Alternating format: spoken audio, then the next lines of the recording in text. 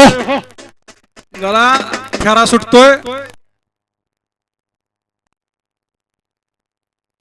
गाड्या सुटल्या. गट क्रमांक 3 सुटला आणि 3 मध्ये लढत पाहायला मिळते.